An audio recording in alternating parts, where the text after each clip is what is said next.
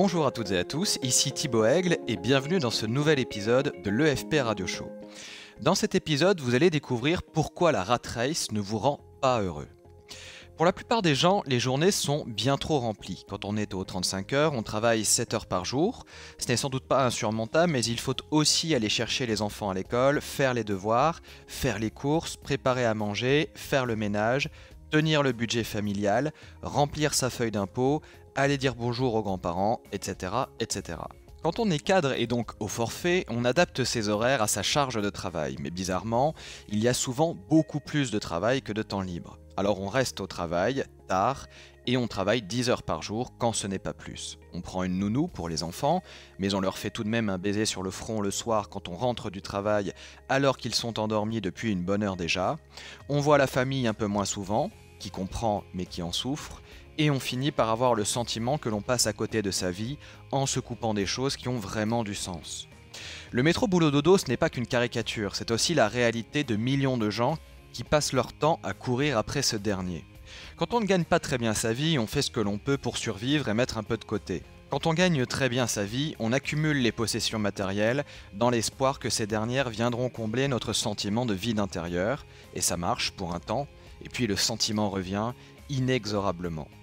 Le problème de la rat race, ce n'est ni le manque, ni le trop-plein d'argent. Le problème de la rat race, c'est le manque de temps. Et le temps pour soi, c'est une composante essentielle du bonheur, que l'on gagne 2000 ou 10 000 euros par mois.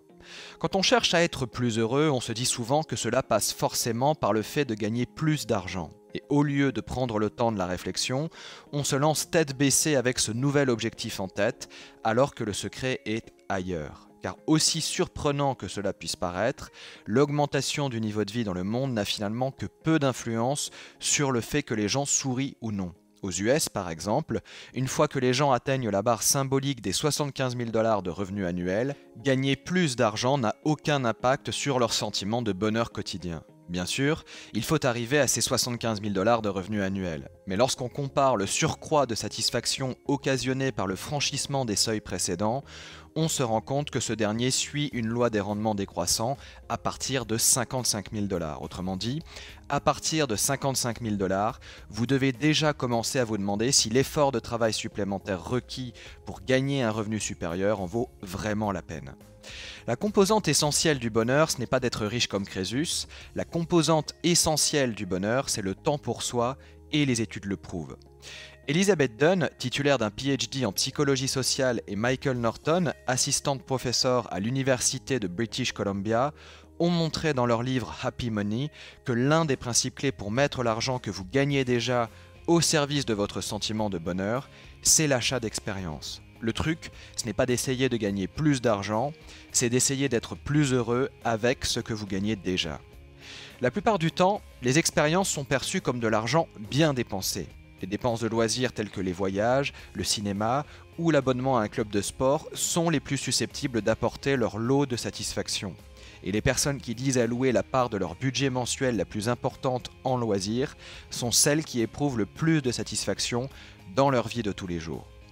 La recherche montre également que les expériences nous procurent davantage de bonheur que les biens matériels, en partie parce que ces dernières nous permettent de nous sentir connectés aux autres. Les expériences ne font pas que nous distraire, elles sont également l'occasion d'ajouter des épisodes à nos histoires de vie. Mais pour les vivre évidemment, il faut avoir du temps pour soi, et c'est évidemment l'un des objectifs que vous vous fixez lorsque vous cherchez à générer des revenus passifs. Un autre point caractéristique des expériences, c'est l'intensité de leur rapport au temps. Car comme le souligne Sénèque en son temps, les épreuves que nous traversons se transforment en souvenirs plaisants. Et il semblerait en effet que même les expériences de vie les plus désagréables aient la faculté de s'embellir lorsqu'elles sont prises dans le kaléidoscope de notre mémoire. Pour faire en sorte de réussir au mieux nos expériences, les deux auteurs identifient ainsi 4 facteurs clés de succès.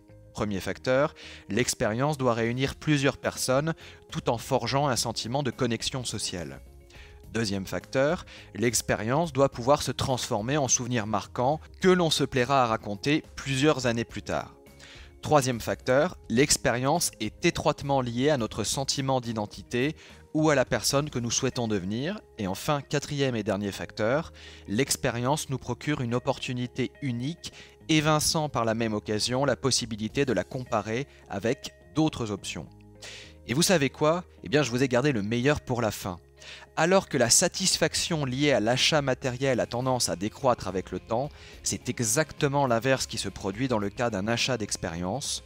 Plus le temps passe et plus la satisfaction liée à l'achat de l'expérience augmente. Autrement dit, l'expérience vous rend heureux avant, lorsque vous visualisez ce que vous allez vivre, pendant que vous la vivez et après que vous l'ayez vécu. Pas mal comme source de bonheur, non?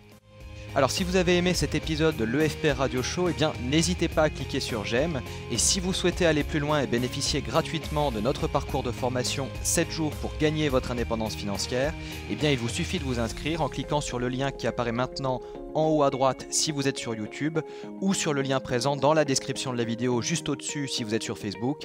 Et je vous dis à tout de suite de l'autre côté. Salut!